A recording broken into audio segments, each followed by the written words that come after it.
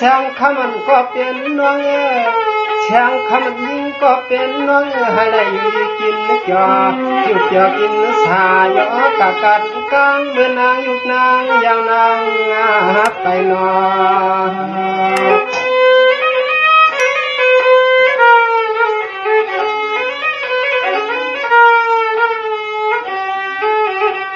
สมาน้องปีกินเกี่ยวเกี่ยวสายกะกัดกลางเลยกัดจินเอใจ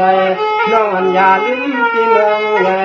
สั่งว่าคำน้อยเฮ็ดดองไฟดองล้ำในอยู่ในจันทร์จัดซื้อนั้นปีไม่ลืมหยัดยางสั่งใจปีเชียกำ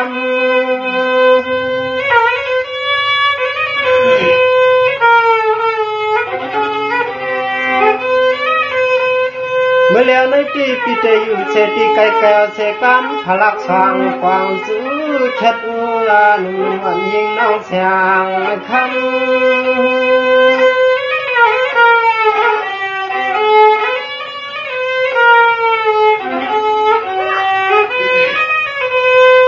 ว่าเล่นละวายในว่าเล่นละวายในทางนี่นอนนอหาจังกว้างเมืองกันนอนอง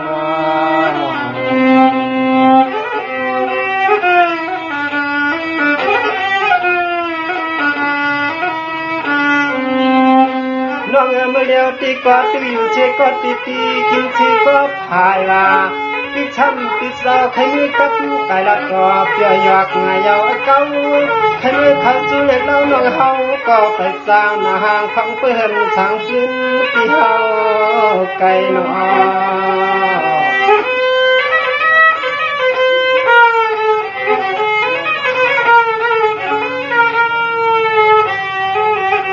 น้องวันปีอุทานตัวลินจึงไทยปีเฮาซ้ำเศร้าอยู่ปัดดันเมืองใหญ่ไก่ที่ไก่ว่าปีหาดกะตินกะกาอามเขาหันลูดทากะลำทักคำน้องอิงปีเฮาเพิ่งมีดอกไม้เปื่องามี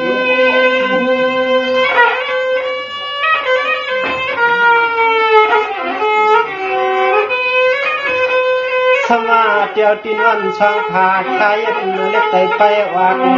ลินขับก่อนมือปีเสียวอันอังหัดฟังก่อนมือน้องเลยก็น้อจะใจ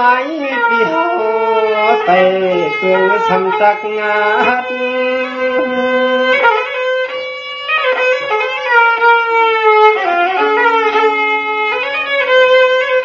ยิงเจ้าเขาในทุ่งจึงตายว่าหากะวัดก็มันนานต่อ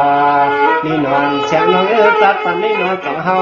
ปีตั้งน้องจะได้ทบกันอยู่ใน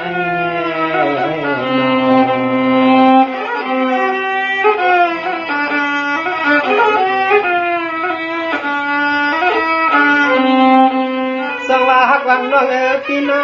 อยู่เชไกลปีเมืองใหญ่สุดดีด้วยอ่อนให้พวงด้วยอ่อนให้พวงเมื่ออันไล่ขึ้นไล่ลงทงยามาหันคำเก่าเล่าที่ก่อเฮ็ดถึงกรรมเก่าก็จนออกงามากหากถึงเราฟ้องเมื่อเลี้ยวในเป็นขับกรรมปีไหนแต่นอน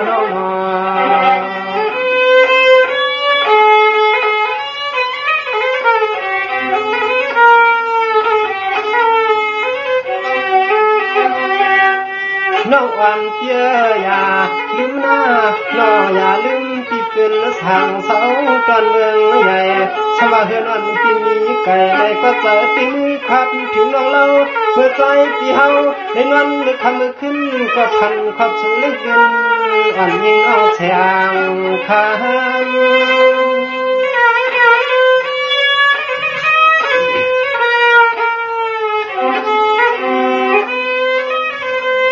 สมาน้องปิติสุดดวงสุดเตียงตา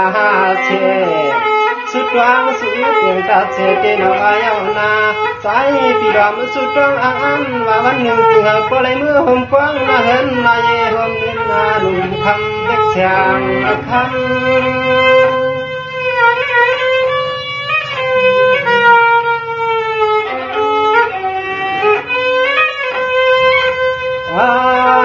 ละวาน้องไอ้กว่าฉันต่อ พ่อเมื่อเช้าตอนนึงจุดไทยคำหล่อปีโปลตุเทอเลดองยอกาโคโรนาเป็นมาเข้าสู่จำนางเอ้ยเฮ็ดดองกันน้องงานหาได้ยินได้คำนั่นน้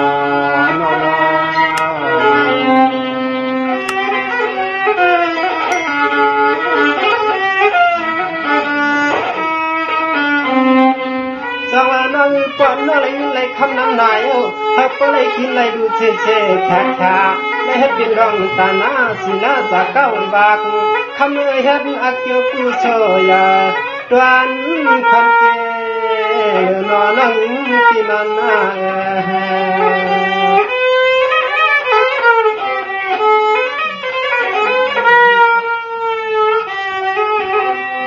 เวลามันคำน้องปีโป้สูน้องยิ่งในอยู่ในตอนมาไม่ก็ฉันต่อเปลี่ยนเมื่อลืมปีเปลี่ยนสั่งเชกรรมนาเปลี่ยนเมื่อลืมปีเปลี่ยนสั่งเชกรรม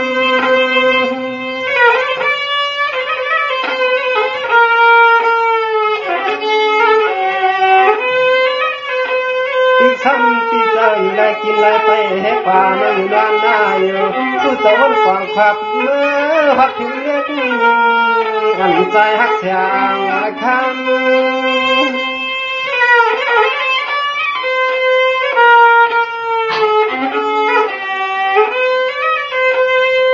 ำมาดังลาเปียวหักเจริญรักงา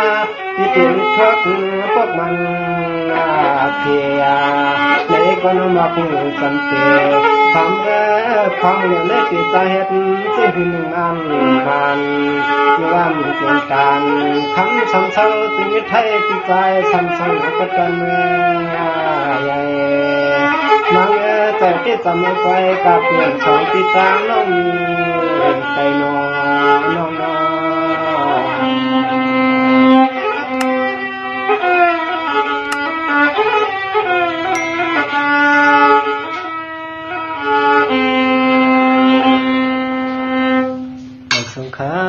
เสียงคำอะไรอยู่ดีกินวันก็ยังข้ามสาดนางกลางไปเต็มทวนกูเจ้าหนังคำสีกำนะมาสุขะไอ้ก้อยสีดังเสียงมากินในแล้วน้องเสียงมาสูงกันกูก็ค่ะ